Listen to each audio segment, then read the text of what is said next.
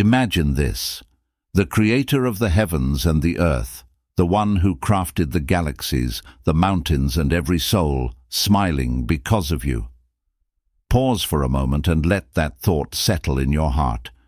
You, one person among billions, bringing joy to the one who created everything.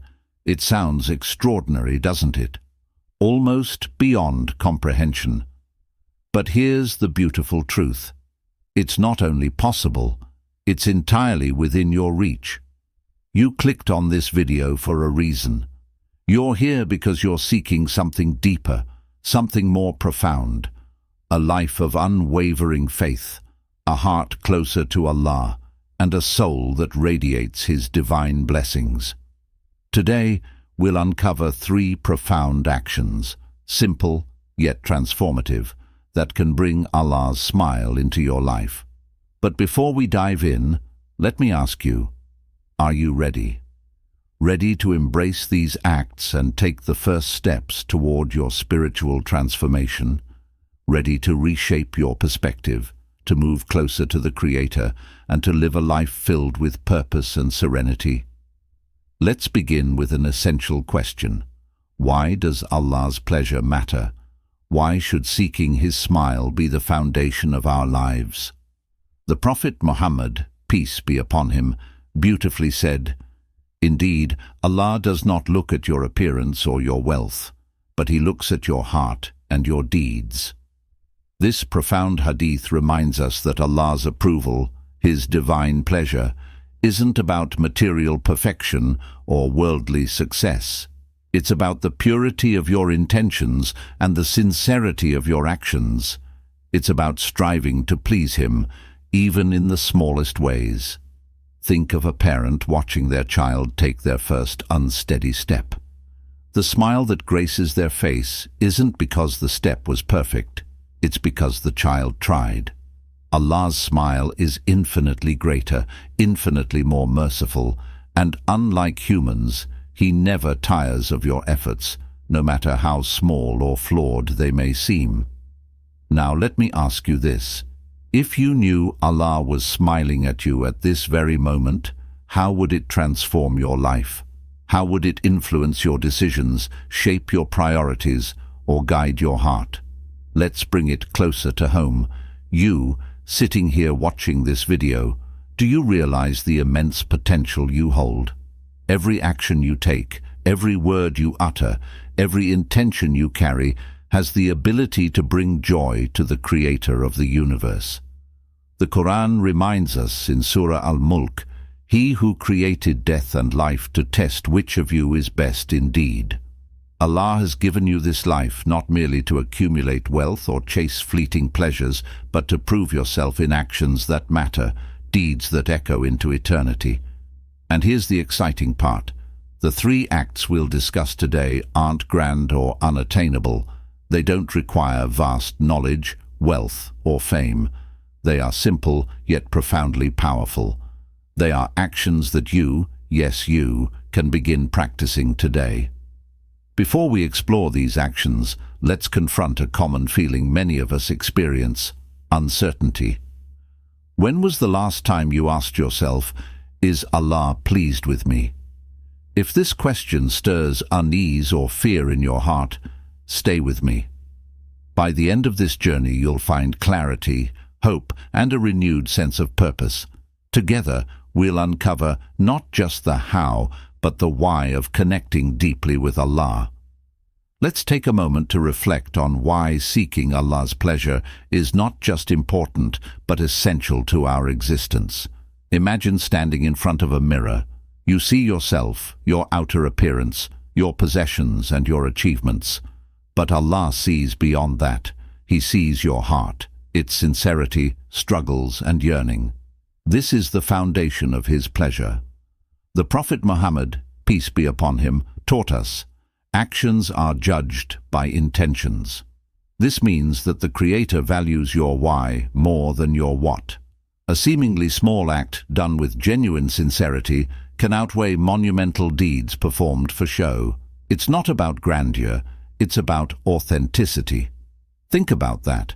How often do we get caught up in the superficial aspects of life, our image, accomplishments or possessions, while neglecting the state of our hearts? Let me ask you something else. When was the last time you truly paused? Paused to reflect, to ask yourself, is my heart aligned with Allah's will? Life moves at a relentless pace. We're swept up in the demands of work, family, and the never-ending stream of distractions. In this whirlwind, we often lose sight of what truly matters. But here's the thing, it's never too late to pause, reflect, and realign. The Quran reminds us of Allah's infinite mercy in Surah Az-Zumar. Say, O my servants who have transgressed against themselves by sinning, do not despair of the mercy of Allah. Indeed, Allah forgives all sins. Indeed, it is He who is the forgiving, the merciful. Let that sink in. No matter how far you feel you've strayed, Allah's mercy is always within reach. He doesn't want you to despair. He doesn't want you to feel unworthy or distant. He simply wants you to turn to Him with sincerity. Here's a thought. What if the angels are recording your response to this video right now? They're not just noting the fact that you're listening, they're recording what you do with this knowledge. Are you taking it to heart? Are you setting an intention to change, to grow closer to Allah? Or will this moment pass by like so many others, unacted upon? We live in an era unlike any before. Notifications buzz incessantly, social media feeds overwhelm us, and the pressures of daily life pull us in 1,000 directions. In this chaos, it's easy to feel disconnected. Have you ever felt that way? Like you're simply going through the motions, praying, fasting, fulfilling obligations, yet still feeling a void. You're not alone. Many of us experience this silent struggle, but rarely do we talk about it. The root of this emptiness isn't necessarily in what we do, but in why we do it.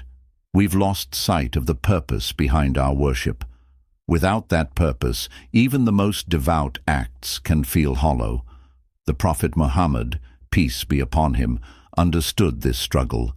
He faced it himself and guided others through it. And the solution he offered was beautifully simple.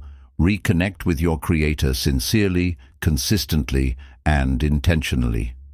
The Quran offers a profound reminder in Surah Al-Baqarah. And when my servants ask you concerning me, indeed I am near. I respond to the invocation of the supplicant when he calls upon me. Did you hear that? Allah is near, always. The problem isn't that Allah has distanced Himself from us. It's that we've allowed distractions to distance ourselves from Him. Let me ask you, when was the last time you spoke to Allah with raw, unfiltered emotion? Not just the routine prayers, but a heartfelt, vulnerable conversation. When was the last time you cried out to Him, feeling His presence enveloping you? If it's been a while, don't worry.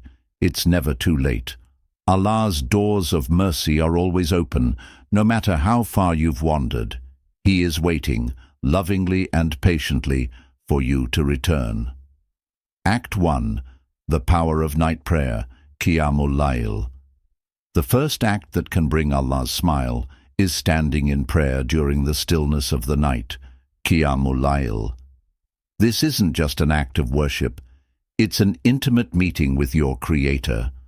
When the world is asleep and distractions fade, you stand before Allah, pouring out your heart, seeking His mercy and feeling His nearness. The Prophet Muhammad, peace be upon him, said, "The best prayer after the obligatory prayers is the night prayer." Why is this act so beloved? Because it requires effort, sincerity, and devotion. It's you saying to Allah, "I prioritize you above my comfort, my sleep, my worldly concerns." And when Allah sees this level of sincerity, how can He not smile upon you? Picture this. The world is quiet, the stars are shining above, and you're standing in the stillness of the night. It's just you and Allah. You whisper your fears, your hopes, and your gratitude. Can you feel the closeness, the peace, the mercy descending upon your heart. This is the transformative power of Qiyam-ul-Lail. It realigns your soul, recharges your heart, and brings you closer to your purpose. And don't worry if you're not a morning person. Qiyam doesn't require you to leap out of bed at 3 a.m. like an Olympic athlete. Even waking up just 15 minutes before Fajr to pray 2 rak'ahs counts. Start small. What matters most is the intention behind your actions.